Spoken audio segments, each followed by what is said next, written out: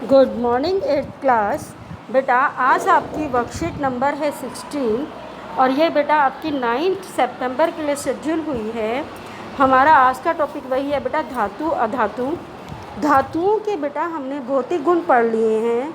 I think आप सबको अच्छी तरह याद भी होंगे कि धातुएं कठोर होती हैं, धातुएं तन्य होती हैं, धातुएं आघातवर्धक होती हैं, धातुएं ध्वनिक होती हैं।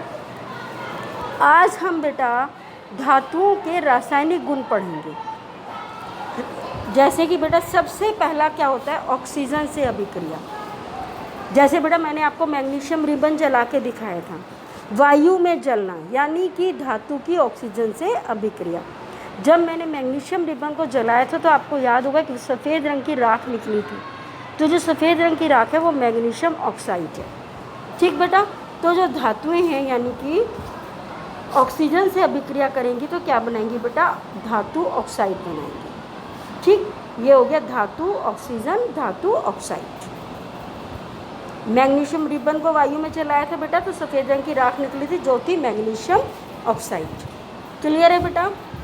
अब बेटा आपने अपने घरों में देखा होगा कि बरसात के दिनों में अगर हम लोहे की किसी भी चीज़ को बाहर खुला छोड़ दें, वहाँ पर पानी भी हो, जैसे बरसात में बारिश आ रही है, नमी भी हो गई और वायु भी हो गई, तो हमारी उन लोहे की चीज़ों पर जंग भूरे रंग की एक परत आ जाती है जिसे हम कहते हैं जंग लगना।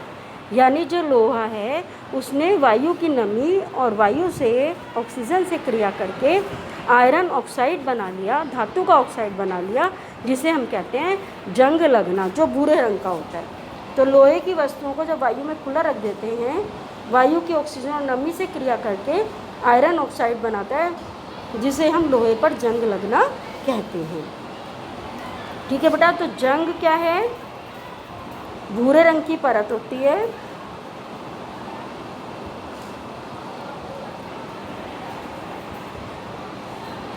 और ये होता है आयरन ऑक्साइड Fe2O3।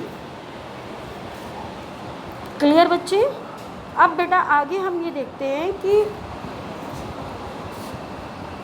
ऑक्सीजन व नमी से क्रिया करके आयरन ऑक्साइड बनाया, जंग लगना कहते हैं। ये क्रियाएं हो गई, आयरन ऑक्सीजन जल से करके आयरन ऑक्साइड और मैग्नीशियम की ऑक्सीजन से करके मैग्नीशियम ऑक्साइड। क्लियर बेटा। ऐसे ही बेटा जैसे लोहे पर जंग लगना है, ऐसे ही आपके घरों में तांबे के बर्तन होते हैं। अगर हम उसने तांबे को बाहर छोड़ दें खुला तो उस पर हरे रंग की परत आ जाती है। क्लियर। तो ये हरे रंग की परत क्या होती है बेटा,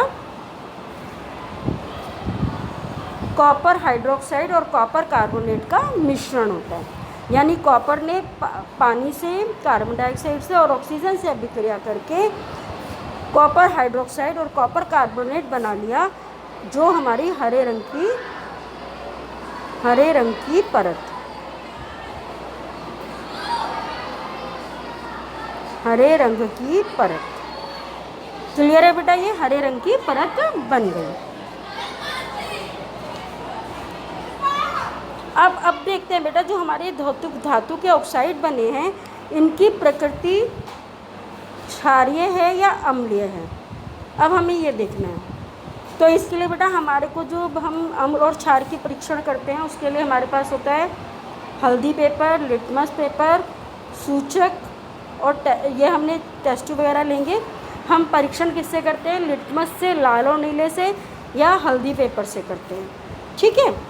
तो अब हमने क्या करना है बेटा, जो जंग है उसको एक टेस्ट ट्यूब में इकट्ठा कर लिया, ये आपके सामने दिख रहा है यहाँ पर। उसको हम जब पानी में घोलेंगे तो पानी में नहीं घुलता। ठीक है। अब जब रस्ट की जगह हमने आयरन वो मैग्नीशियम ऑक्साइड ले लिया, जब उसको पानी में हमने घोल लिया, अब हम क्या करेंगे, इसके अंदर लिटमस पेपर डालेंगे, हिलाया, फिर नीले और दो हमने सारे सूचक डाल दिए। ठीक है। तो जो जंग है, रस्ट का मतलब जंग, लाल लिटमस को नीला कर देता है, हल्दी का सूचक लाल कर देता है। अतः हम कह सकते हैं कि धातु के ऑक्साइड कैसे होते हैं बेटा, क्षारीय होते हैं। धातु ऑक्साइड क्षारीय होते हैं। क्लियर मेरे बच्चा, इतना सबको समझ में आ गया। अब हम करेंगे धातु की ऑक्सीजन के साथ तो अभिक्रिया हो गई बेटा। अब हम पढ़ेंगे धातु की जल के साथ अभिक्रिया। ठीक है भाई, धातु जल के साथ भी तो अभिक्रिया करती है। धातुएं जल से अभिक्रिया करके क्या करते हैं बेटा, एक तो धातु ऑक्साइड बनाते हैं और हाइड्रोजन गैस उत्सर्जित हो जाती है, यानी धातु जमा जल, धातु ऑक्साइड प्लस हाइड्रोजन। अब बेटा सोडियम बहुत अधिक क्रियाशील धातु है, इसीलिए मैं बताऊँ आपको, इसको हम मिट्टी के तेल में रखते हैं, क्योंकि अगर इसको हम ज़रा सा भी बाहर निकालेंगे तो ये वायु से अभिक्रिया करके जलना शुरू कर देती है। इसीलिए सोडियम धातु को मिट्टी के तेल में रखा जाता है, क्योंकि ये बहुत अधिक क्रियाशील धातु है। अब है सोडियम धातु अधिक क्रियाशील होती है, वह ऑक्सीजन और जल के साथ बहुत तेज़ी से अभिक्रिया करती है, जिसमें बहुत अधिक ऊष्मा उत्पन्न होती है, इसीलिए हम सोडियम को मिट्टी के तेल में रखते हैं। कुछ धातुएं आयरन या लोहा जल से अभिक्रिया करती हैं। सोना जल के साथ कोई भी अभिक्रिया नहीं करता। देखो बेटा, सोने के जेवर आप लोग पहने रखते हैं, पहनते हैं ना, तो अगर ये जल से अभिक्रिया करे तो ये भी क्या होगा, काला हो जाए, नहीं होता ना। इसका मतलब जो सोना है वो जल से अभिक्रिया नहीं करता। अतः हम कह सकते हैं कि सभी धातुएं जल के साथ अलग अलग गति से अभिक्रिया करती हैं। क्लियर बेटा सबको। अब बेटा हम करेंगे क्वेश्चन आंसर। पहला है, सोडियम धातु को मिट्टी के तेल में क्यों रखा जाता है? इसका आंसर मैंने अभी बताया आपको। क्या बताया मैंने? वैसे आपकी बुक में भी दिया हुआ है, आप यहाँ से लिख सकते हैं,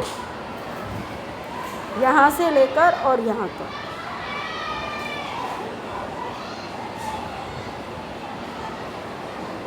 यहाँ तक इसका आंसर है पहले क्वेश्चन। मैग्नीशियम रिबन को जलाने पर क्या बनता है बेटा? मैंने बताया आपको, ये है सेकंड क्वेश्चन का आंसर। लोहे के दरवाजे व खिड़कियों को पेंट क्यों किया जाता है? थर्ड क्वेश्चन के आंसर में आप क्या लिखेंगे? थर्ड क्वेश्चन का आंसर, लोहे के दरवाजे खिड़कियों को क्यों पेंट किया जाता है? जंग से बचाने के लिए, जंग से बचाने के लिए।